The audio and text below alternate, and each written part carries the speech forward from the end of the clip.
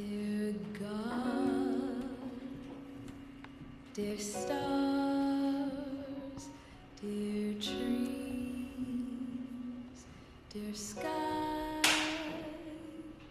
dear peoples, dear everything, dear God.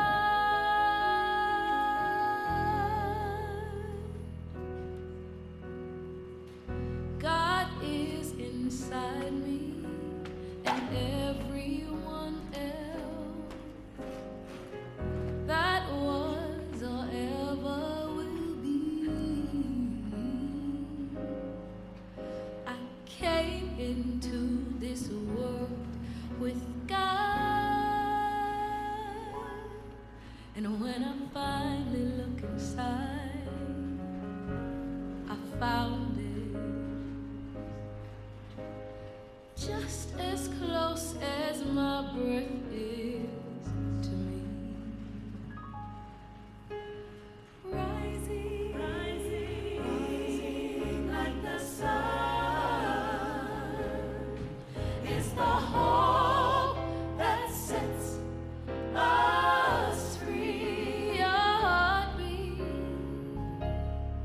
make my heart beat. When we share love, like a blade of corn, like a honeybee, like a waterfall, all a part of me, like the color purple. Where do it come from? Now my eyes are open. Look what God has done. You take a grain of love, mighty tree, and the smallest voice, make a harmony, like a drop of water, river high, miracles, for you and you,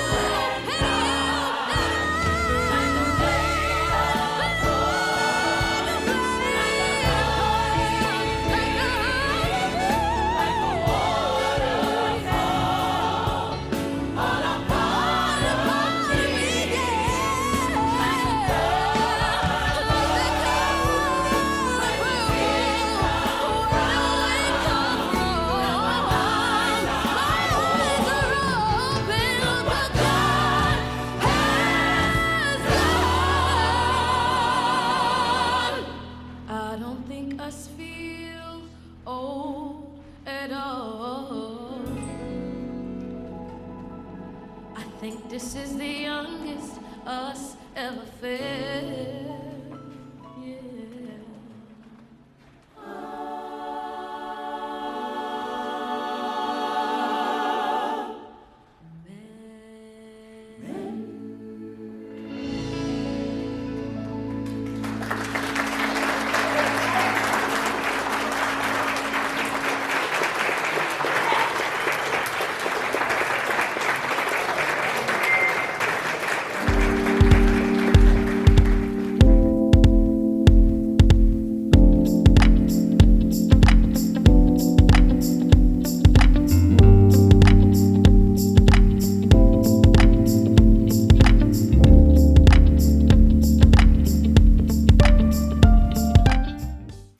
Well, I've known her family for years, all of her life. Of course, we came to New Bethel Baptist Church in 1962. I think she was born then. But her family and I grew up together. Her mother and I grew up together. And Vicki just became a energetic, loving, caring woman who just loved her neighborhood. She loved her family, loved her neighborhood, loved her community. She loved children. She just did so much for the greater Youngstown community. She is the closest version of a saint that I've ever come close to in my life.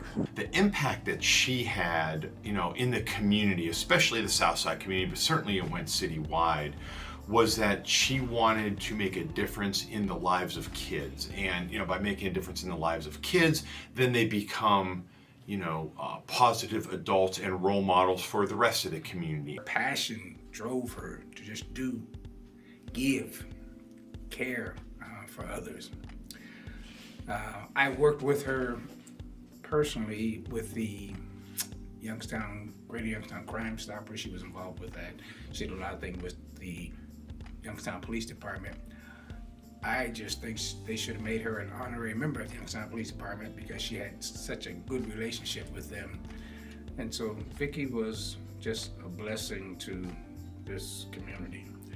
I just never seen anyone as gifted, as energetic, as loving and caring as Vicki Allen. Her call to action was love. The reason she did it was love. She brought people together out of love, and there was no personal benefit. I just never saw anyone who gave so much of themselves. But her MO was love. If you really think about it and break down everything she accomplished in her short time here, it was out of love. It was love for this side of the town, love for the people, love for everybody on every side of town. The big things that she believed in was giving kids something positive to do and giving them great influence, as opposed to the influences they may be receiving on the street or from individuals that they shouldn't be hanging around with. What she believed in making a difference in the lives of all community members, but especially our juvenile population. I've never met anyone that had the energy, the devotion, the dedication, and just the immense amount of humane giving that she had. It's unmatched in anyone I've ever met in my life. She was involved in block watches in her neighborhood. She interacted with the police not only in the neighborhood, but also with the children. She always did this yearly shop with a cop event for the kids, where they got to go out with the police department and police officers and get to know them, which is good for building relationships between our young people in our community and the law enforcement. She did all the fun things for the kids here in the community, the Easter egg hunts, the Christmas giveaway. She was always giving, loving, and caring about her community. When someone helps you in this life, it's a good thing. We all get down, we all have valleys, and you need that person to lift you up. Yeah, that was Vicki to, ready for this? Not tens, not hundreds, probably thousands of kids. Because Vicki never stopped. I don't even really believe she ever slept, because her work was ceaseless and her energy boundless. And I know that she put the action to the words, and that's what we need, is both, because that's how you are successful. And she didn't care if you were a stranger. If she had something to give, she'd give it. She'd cook for the neighborhood. She'd go up on the corner of a street corner in the neighborhood and just start making hot dogs and giving them out to the kids and people in the community. No one I could think of ever that was more deserving of an award to improving the lives and speaking that message of nonviolence than her. All she was about was caring for others, giving for others, giving to others, and sharing whatever she had with those who were in need. Just a remarkable individual. All the way to the end of her life, she was still giving. Lord, help me to live from day to day in such a self-forgetful way that even when I kneel and pray, my prayer will be for others. Help me in all that I do to ever be sincere and true, knowing that all I do for you must needs be done for others. Let self be crucified and slain and buried deep, and all in vain may efforts cease to rise again, except to live for others. And when my work on earth is done and my new work in heaven has begun, may I forget even the crown I've won, while thinking still of others. Others, Lord, yes, others. Let this my motto be. Lord, help me to live for others, that I might live like feet, and like Vicki Allen. That's Vicki Allen.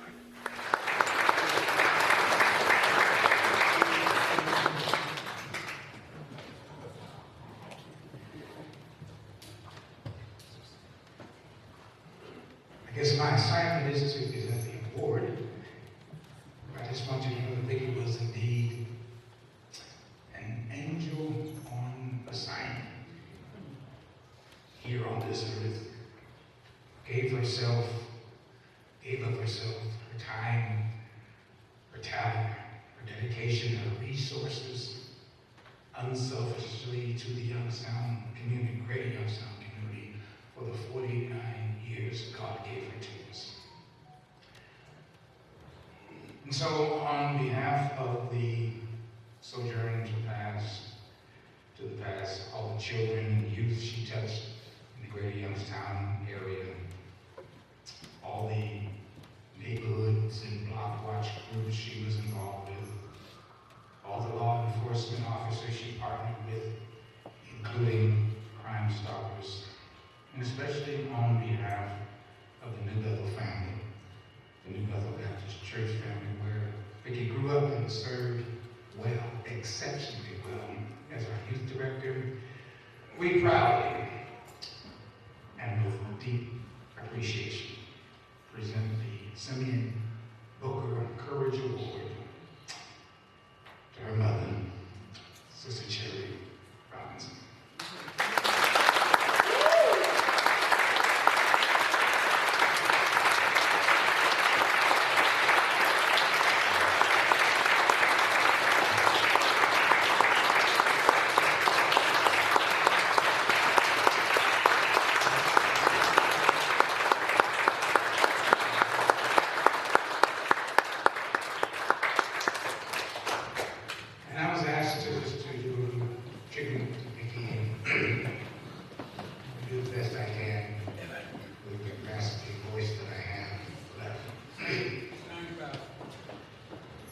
I believe this was Vicki's theme song. If I can help somebody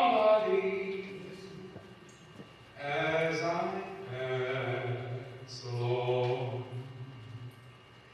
if I can cheer somebody with a word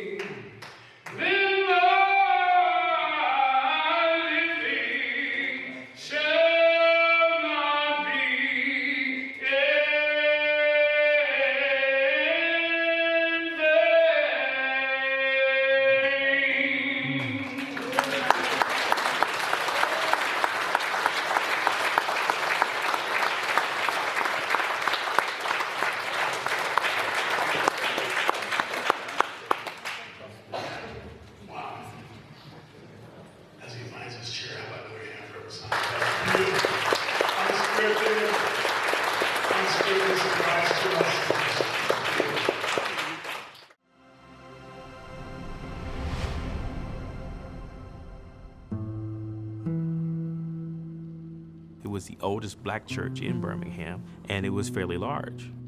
And so it made sense that meetings would happen there, which would also make it a target. On Sunday morning, September 15th, it was Youth Day, right after Sunday school. Addie Mae Collins, Carol Robertson, Denise McNair, and Cynthia Wesley are getting ready to go into the choir. I remember Addie, I was closest to Addie. We would go to church picnics. Addie and I just gravitated to each other. Cynthia Wesley was a friend of mine. She was at my school. She was a 9th grader. Just started in September. And I was an 11th grader. I remember Denise back there always smiling, and she was the only child. And I remember Carol Robinson being quiet. She played in the orchestra at her school. Addie Mae's sister Sarah is also in that ladies' lounge. Sarah said the last thing that she remembers is seeing them helping each other, tying on sashes, and then it went dark.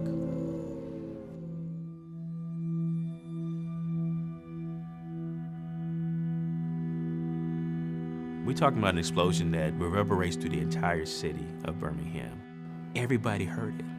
I was at South Illerton Baptist Church, and our pastor was shifting kind of nervously across the room and said he had received word that 16th Street Baptist Church had been bombed. I was in Sunday school class. The building seemed like it was shaking off its foundation. Fumes, smelling fumes, and getting hit in the head. I couldn't find my younger sister.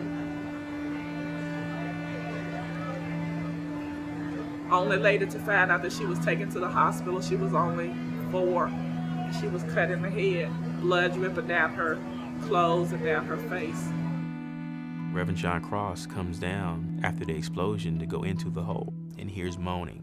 My father heard somebody saying, Addie, Addie, and he realized that Sarah was calling her sister's name because that's the last voices that she heard before the explosion occurred. They find the bodies, and they're almost literally stacked on top of each other. He said they looked like they had been blown together. That was enough to pull people off the fence. Kids are supposed to be safe at church. This is not supposed to happen in America. We're above this kind of thing. And so this was the catalyst to get some things moving.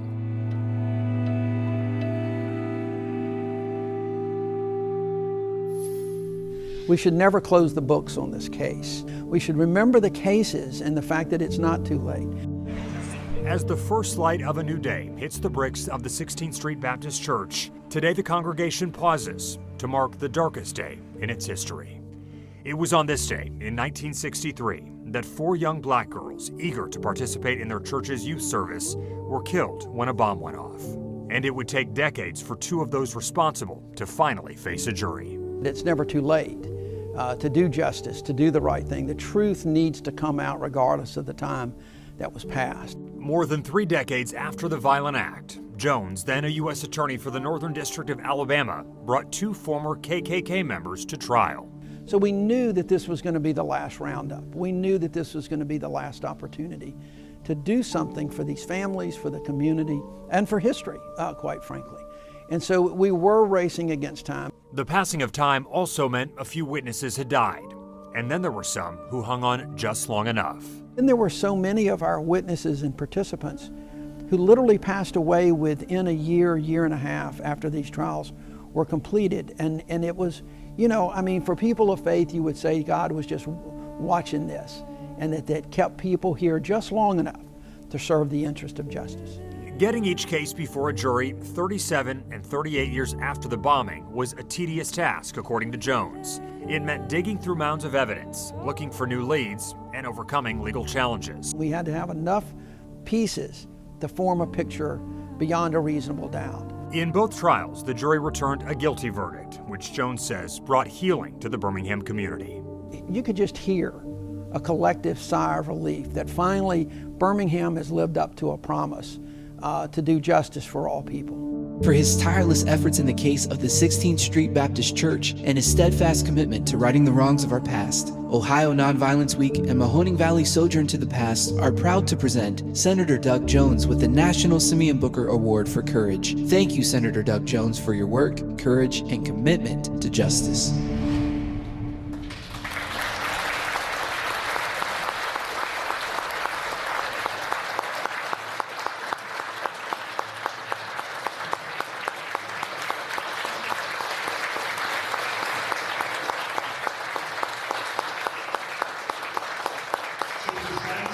National Simeon Booker Award for Courage. I'd like to invite up to the podium retired Wisconsin City Schools employee and city social justice activist, Sammy Mike.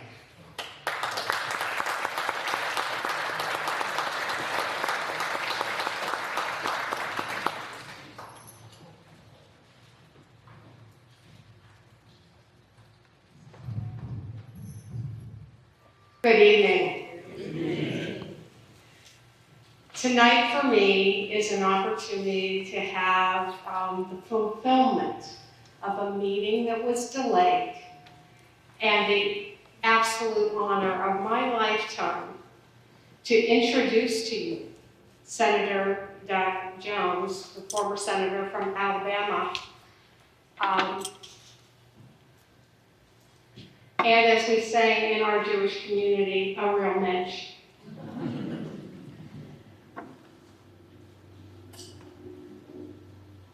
A celebrated prosecutor who brought long overdue justice to the victims of the 16th Street Baptist Church bombing, former Senator Doug Jones has built his career on fighting impossible battles. In 2017, he shocked the political establishment by winning a special election to fill a U.S. Senate seat in Alabama, the first Democrat in 25 years in that state.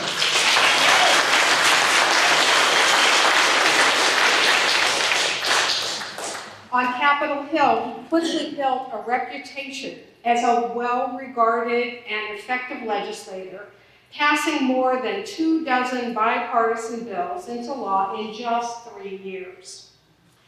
His long and distinguished career includes staff counsel to the U.S. Senate Committee on the Judiciary for Senator Hal Heflin, D. Alabama, assistant U.S. attorney from 1980 to 1984, and then on to a private practice in law in Birmingham, Alabama, until President Bill Clinton nominated him to the position of U.S. Attorney for the Northern District of Alabama.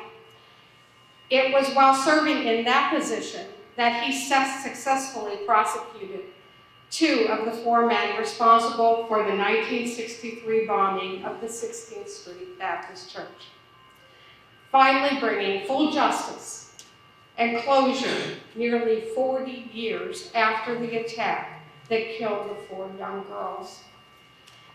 Along with taking on the Klan, he indicted domestic terrorist Eric Rudolph and prosecuted other criminals who sought to use fear, hatred, and violence to inhibit the rights of others. Senator Jones is the author of Bending Toward Justice, the Birmingham church bombing that changed the course of civil rights, which recounts this key moment in our long national struggle towards equality. In 2022, Senator Jones was selected by President Joe Biden to be the nomination advisor for legislative affairs to help guide the selection, nomination, and successful confirmation of Judge Ketanji Brown Jackson to the Supreme Court of the United States.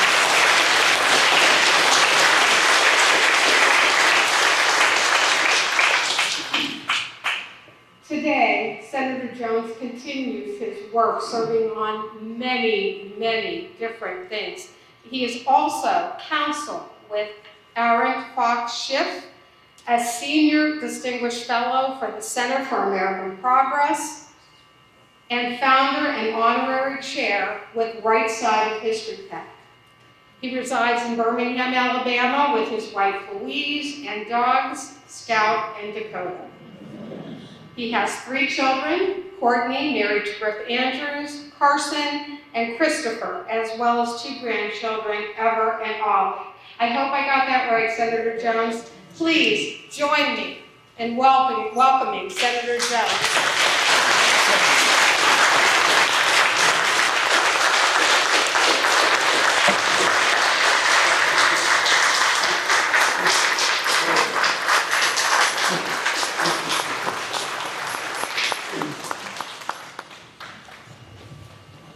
Well, thank you. I am really honored to be here. I'm going to move this over just a little bit. I am so honored to be here. It's great to be back in Youngstown. Now, except for the video and the introduction, you don't know me that well. But if you did, you would be set out there saying to yourself, "Oh God, I hope he doesn't sing or dance." How could you top that dance and that song? It was just absolutely remarkable. So thank you.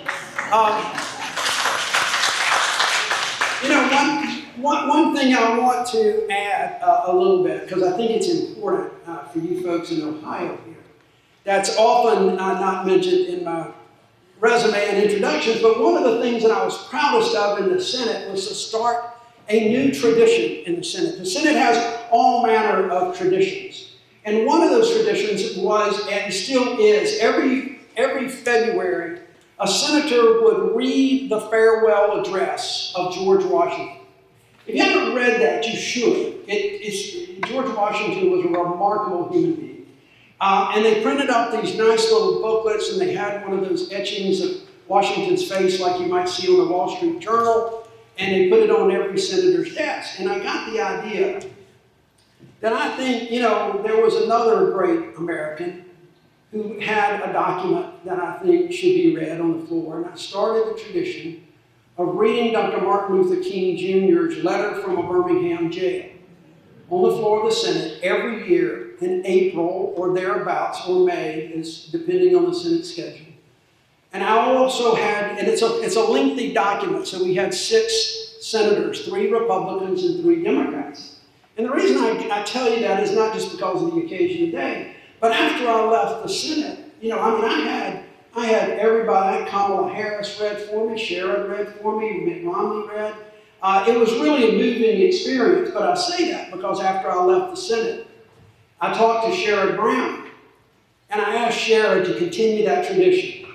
And he has done that every year beginning in the spring of 2021. So, despite your applause when it was announced that I was the first Democrat elected in 25 years, I know this is a non-partisan event. So I'm not going to get into the politics that are coming up, but I will say that I certainly hope that the people of Ohio on Election Day will vote to continue that tradition in the Senate of the United States.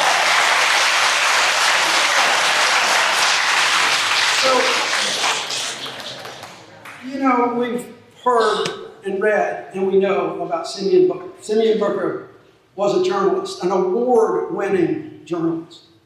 But at his core, Simeon Booker was a truth teller.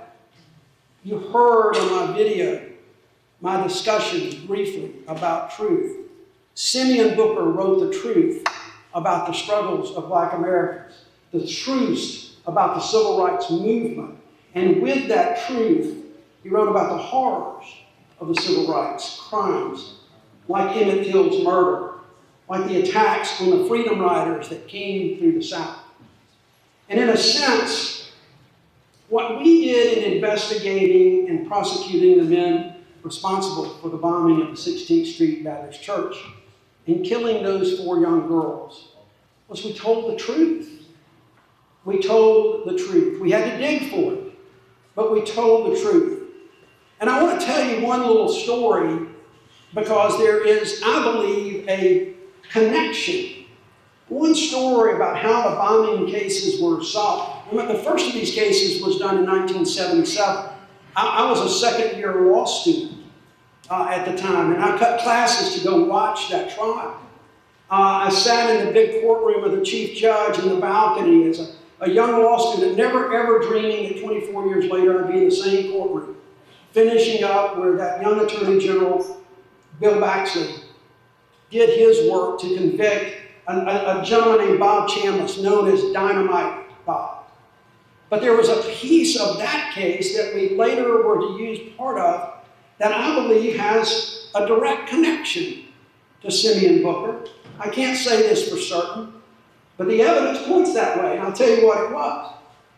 In reviewing the files, Bill Baxley looked at a lot of the old FBI files, and he found an interview of a witness named Mrs. Gerthus Glenn. Mrs. Glenn in 1963 was living in Detroit, but she was visiting friends in Birmingham that weekend of the bombing. And that night before the bombing, she and a friend of hers had been out. They came in kind of late, about 2 o'clock in the morning. And as she was trying to find a parking place, she was looking right behind the church. That's where she was staying, in some houses not far from the church. And she was trying to find a parking place. And she saw a 1957 Chevrolet with 3 white men in it, parked about a half a block from the church.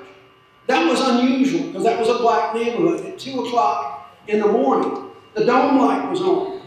And she recognized, and she was able to later point out one individual that she spotted and recognized, and that was Robert Chambliss, who Bill Baxley prosecuted. And she was a witness in that case. But how she got to that trial in 1977 was remarkable, because she had moved, she was living in Detroit. And Bill's investigators found her name and tracked her down, and Bill sent his investigators up to interview her, and they came back, and he said, well, how is it? How is she? She said, oh, she's a great witness. She remembers everything about that night. She remembers the car. She remembers the big old whip antenna on it. She remembers everything. She remembers talking to the police and identifying folks. They said, but we got some bad news. And she said, what's that? She said, Bill, she said she ain't never coming back to Alabama. He said, what do you mean? She said she under no circumstances was she coming back to Alabama. So Bill said, all right, well, we're going to try this again. I'm not going to let this go. She's a good witness.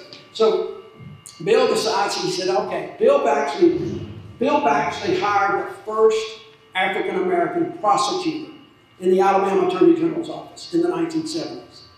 That's how he has some connections to this case that go way back. But Bill was a very progressive guy in the 1970s, and he hired the first black prosecutor. So he sent Milton up there with the investigators. And they talk to Mrs. Glenn, and she puts out cookies and all kinds of punch and things, and they come back, and he said, Bill, she's a great witness, but she ain't coming to Alabama. She is no way coming here. And Bill, of course, you have to know Bill Baxley, said, you know, I guess I just got to do everything myself. So he hops in the state plane. He goes up to Detroit, and he sits down, and she is as nice to him as she could be. But she wasn't coming back. And Bill was not happy about it, and she's not coming back. And here's what happened. He was about to leave, and he looked on her coffee table there in the den where they'd been talking. There was an old Jet magazine. And in that Jet magazine, it was open to the bus boycott. And another art, and it had some pictures.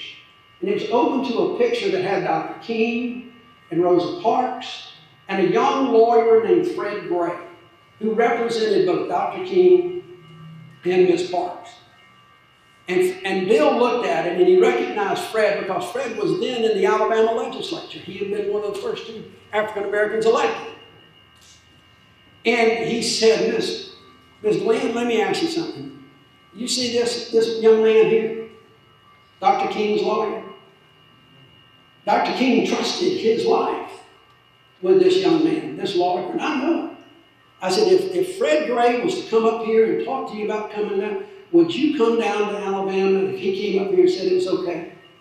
And she said, well, I'd consider it. That was a light change. So Bill runs out and gets it. Lo and behold, Fred comes up there. Now, the funny story about this, and I'm going to tie it in a minute, but I got to tell you the funny part of this, is that Fred's still alive. He's in his 90s, He was the first African American to be the president of the Alabama Bar. Got the Medal of Freedom from President Biden a couple of years ago. He never ages.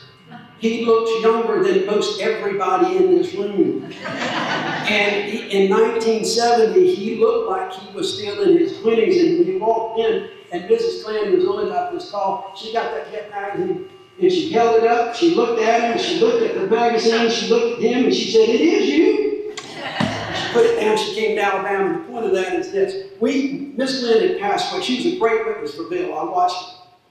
She had passed away. I couldn't use it, but the fact that she saw that car at 2 o'clock in the morning helped me with another matter involving Blanton where he had lied to the FBI. So it was very critical, and it was all because of that Jet magazine. And I don't know, I cannot say for certain since I never saw it, but if I was a betting man, and occasionally I am, I bet you that article was either written or at least placed by Simeon Booker. So his legacy extends far beyond what I think people really fully appreciate. We didn't have a lot of new evidence. We found a tape recording that had been stuck in a box for 30-something years. But what we had was the ability to rethink the evidence and look at the evidence in a lot different way. We did have some admissions from Bobby Frank Cherry over the years when he got comfortable that he had gotten away with it, and he made admissions to his family. But really, it was the way that a jury that was white and black and young and old and male and female looked at the evidence fairly. We could have never gotten a conviction of these cases with our evidence in the 1960s with nothing but white men on that jury. And so, as I kind of said in the video, I try not to tell people what they should get from the bombing itself or the experience of winning it. It was a remarkable case. I wish all lawyers and judges and jurors and citizens could be a part of something that meant so much to so many people after so many years. But as I said in that video, my only takeaway, it is never too late. It's never too late to seek the truth. It's never too late to seek justice. And that kind of goes back to Simeon Booker's mission, truth.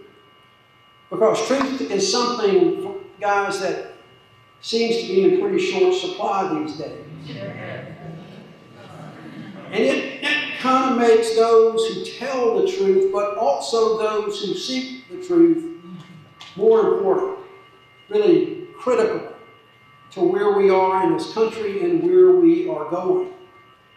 Truth is a cornerstone of our democracy. Remember, it's just not a coincidence that the first words of the very first document that formed this great country reads, "We hold these truths to be self-evident." Our founders knew the paramount importance of truth. And I truly believe, folks, that today we are really in a historic moment where democracy is being threatened in part because of the lack of common truths. It's a historic moment that requires a rallying cry for American solidarity in the face of what may divide us. Like Simeon Booker, we need to understand that our democracy is one for every person of every hue. Historically, we have always eventually moved ahead as one, however fraught the advance, however fragile the unity. But to do that, we need more folks standing up and speaking out in search of our common truths. We need to be teaching the truths of our shared history and not trying to outlaw those truths in our schools across the country.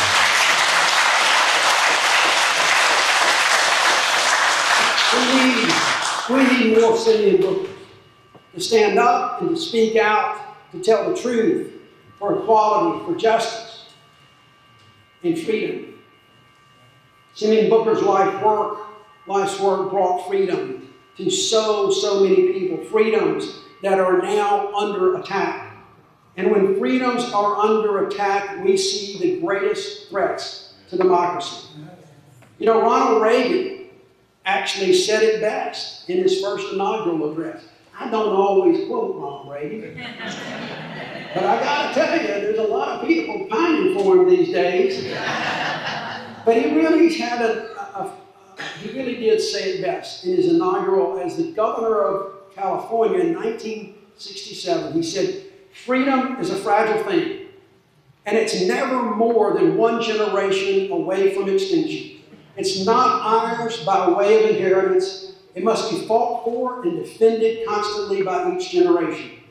For it comes only once to a people, and those in world history who have known freedom and lost it have never known it again."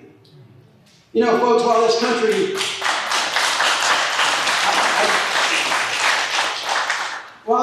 may have found its voice as far back as 1776, it actually took a long time for so many in this country to actually begin to enjoy the fruits of freedom, to enjoy the benefits of freedom. It took a long time for freedom to come to women, the vote to come to women. It took a long time for freedom to come to African Americans, to the LGBTQ plus community, to the Asian community, the Hispanic community, which we're still struggling with, for the disabled community. So much of that is at risk today. So much of the freedoms that we have fought for over the years. We cannot get complacent. You are here because you are not complacent. You're not here to hear Doug Jones. You're here for a cause. You're here for a purpose. There is so much at stake. Simeon Booker fought for equality because he knew that without truth there can be no equality. He knew that without equality there can be no justice. And he knew that without justice there can be no rule of law. He knew without the rule of law there can be no democracy. And he knew, as we all know, that without democracy there is no America. So I want to conclude with remarks from Abraham Lincoln made in 1861 in his first inaugural address, when the country was literally on the brink of civil war. Lincoln said, "We're not enemies, but friends. We must not be enemies. Though passion may have strained, it must not break our bonds of affection. The mystic cords of memory stretching from every battlefield and every patriot grave to every living hearthstone all over this broad land will swell the chorus of the Union when again touched, as they surely will, by the better angels of our nature." Even on the brink of war, Lincoln was looking beyond to peace, to preserving the Union. We should all be doing the same. The words and lessons of Reagan and Lincoln and Simeon Booker are immortal, but democracies are not.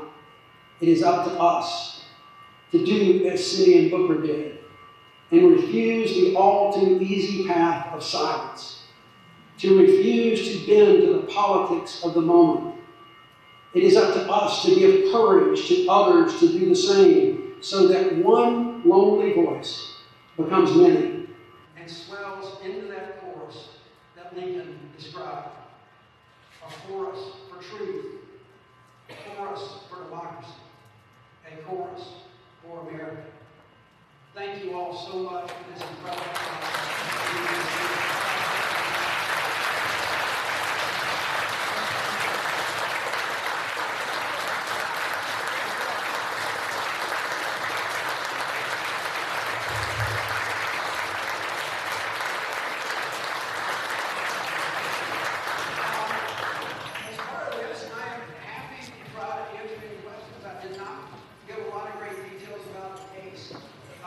They won't let you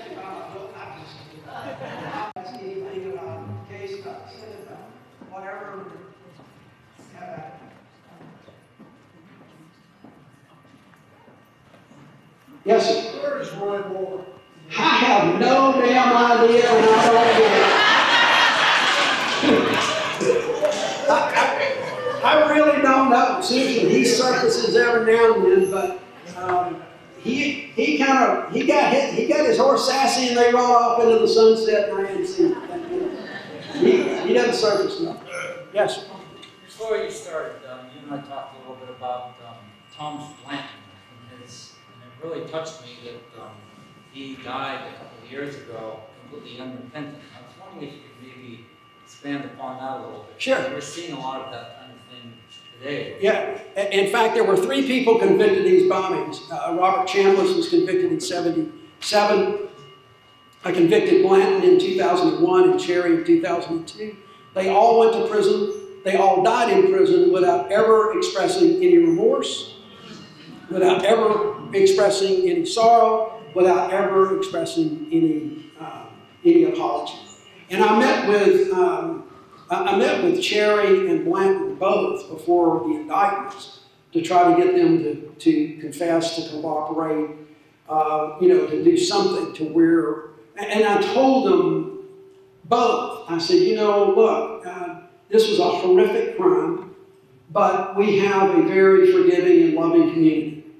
And it would go a long way. You will still have to plead guilty. You will still have to go to prison.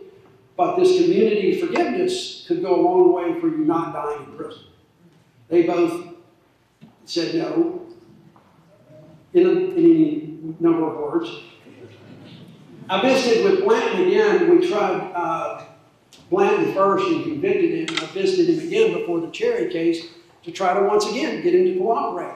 I said that folks were really yearning for the story. See, folks, if you read the book, if you read anything about our case, you know that we were able to find enough evidence to put the pieces of the puzzle together to prove beyond a reasonable doubt. But we weren't only inside. We didn't have that inside information to tell the story. I think I know what it might be, but I could just put these pieces together. And I told Blanton, again, the community was really anxious for that story. And to hear someone say, I'm sorry, he once again said, hell no. So after a number of years, as I'm writing the book, I go visit in prison. And we actually have a civil conversation. It was not what you might expect. It was not as bad as it was when I interviewed him that second time. And he basically told me to take a hike, and I just jumped in. But it was cordial and civil, but he still refused. And finally, I went to him 1 month before his parole hearing. I said, Tom, this is your last chance. I said, you have been in prison now 15 years. You're 80 years old. You will never get out. You're not going to be granted parole unless, as part of this process, you accept responsibility and apologize. And I said, I don't know what the families will do. I just know, as I told you every time, we have a very loving community and a very forgiving community. And you're an old man. And he looked at me and he says, I can't help you. And so I gave him my business card and I said, if you change your mind, let me know. And that's the last I ever heard from him. I spoke at his parole hearing, and he died a couple of years, 2 or 3 years after that. All 3 of these guys, lived and died with their hate, with their prejudice, and never ever admitting that what they did was horrific and wrong, and, by the way, an act of terrorism. Yes? How has Birmingham changed? That's a great question.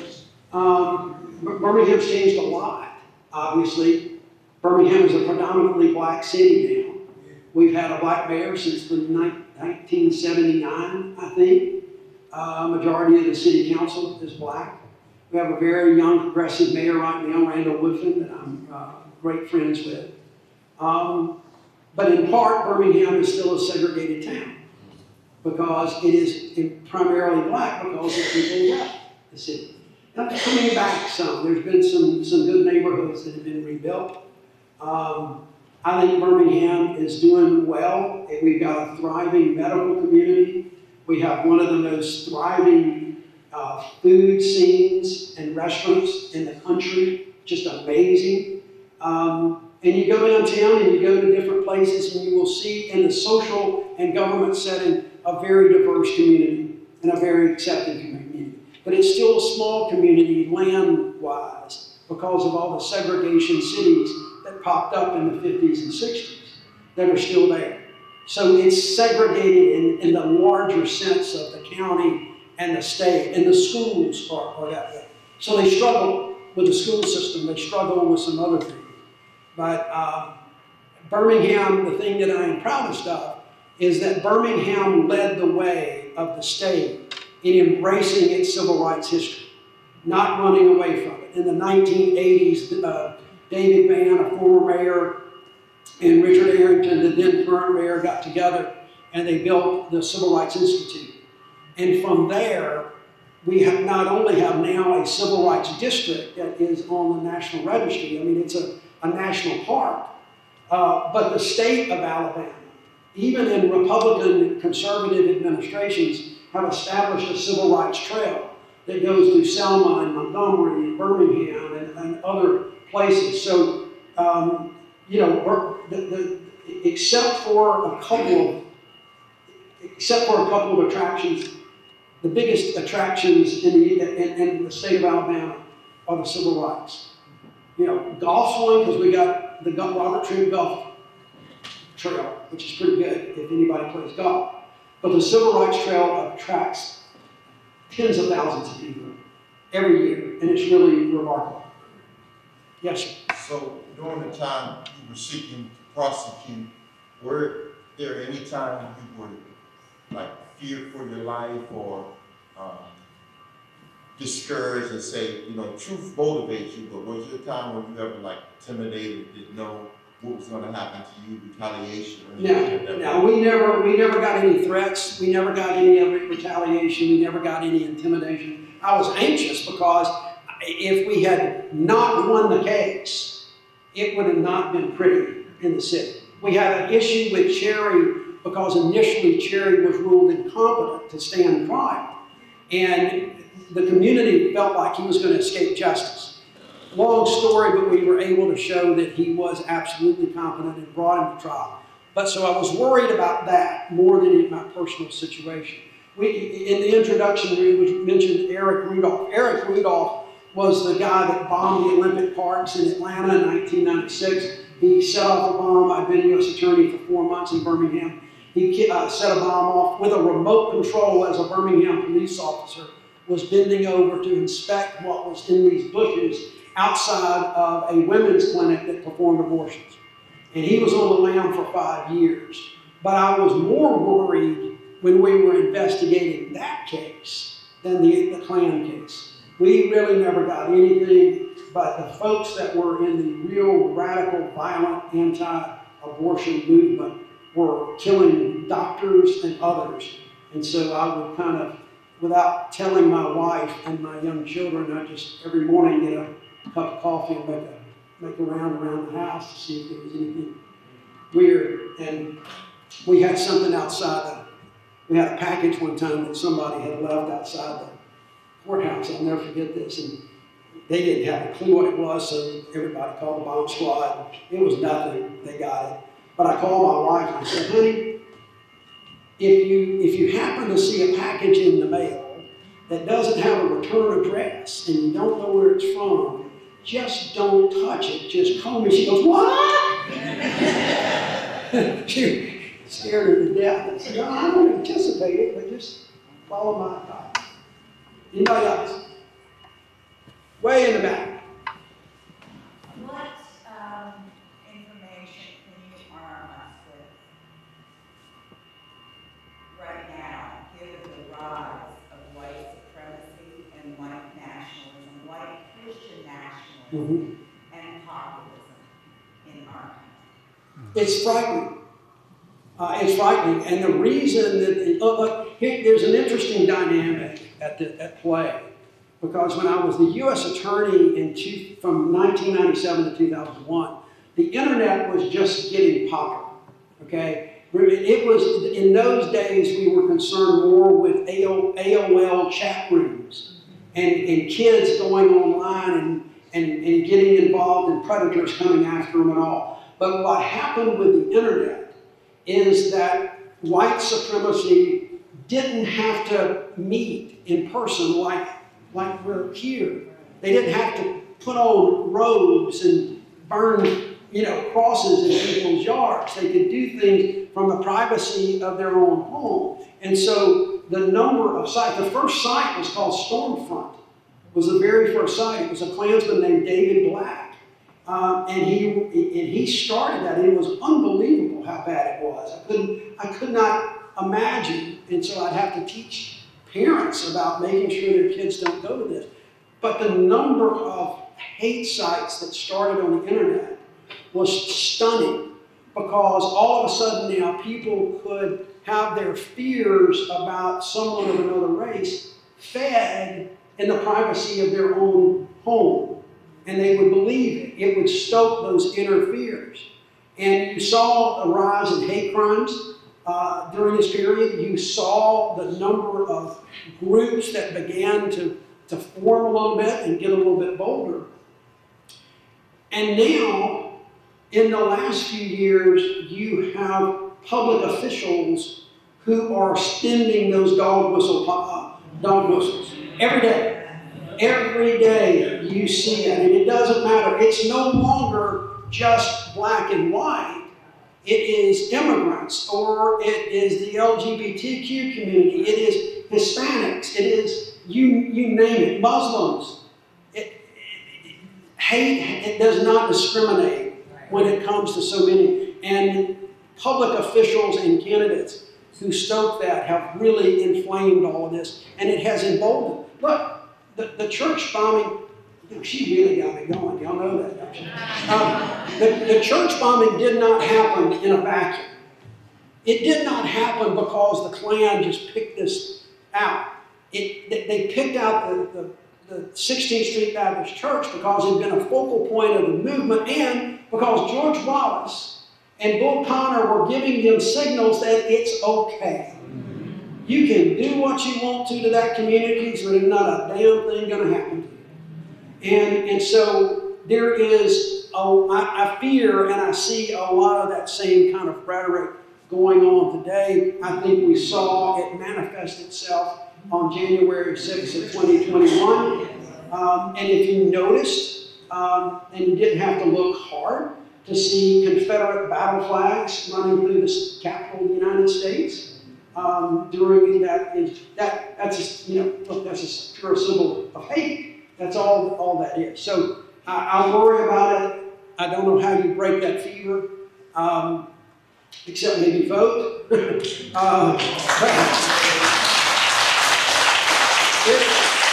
a problem we're going to have to deal with for some time to come. And here's an interesting tidbit. When Bill Baxley tried the first of these cases in 1977, he got a ton of hate mail. When you were asked about me, I didn't get anything. I didn't get any hate mail. I didn't get any threats. Bill Baxley got a ton, and he kept them all. Put them in a file, and he called, letters from kooks and crazies. And let me tell you something. Most of those letters came from Ohio, Pennsylvania, Michigan, not from the South. True story. Okay. All right, going once, going twice. We're gone. Thank you all so much. I really appreciate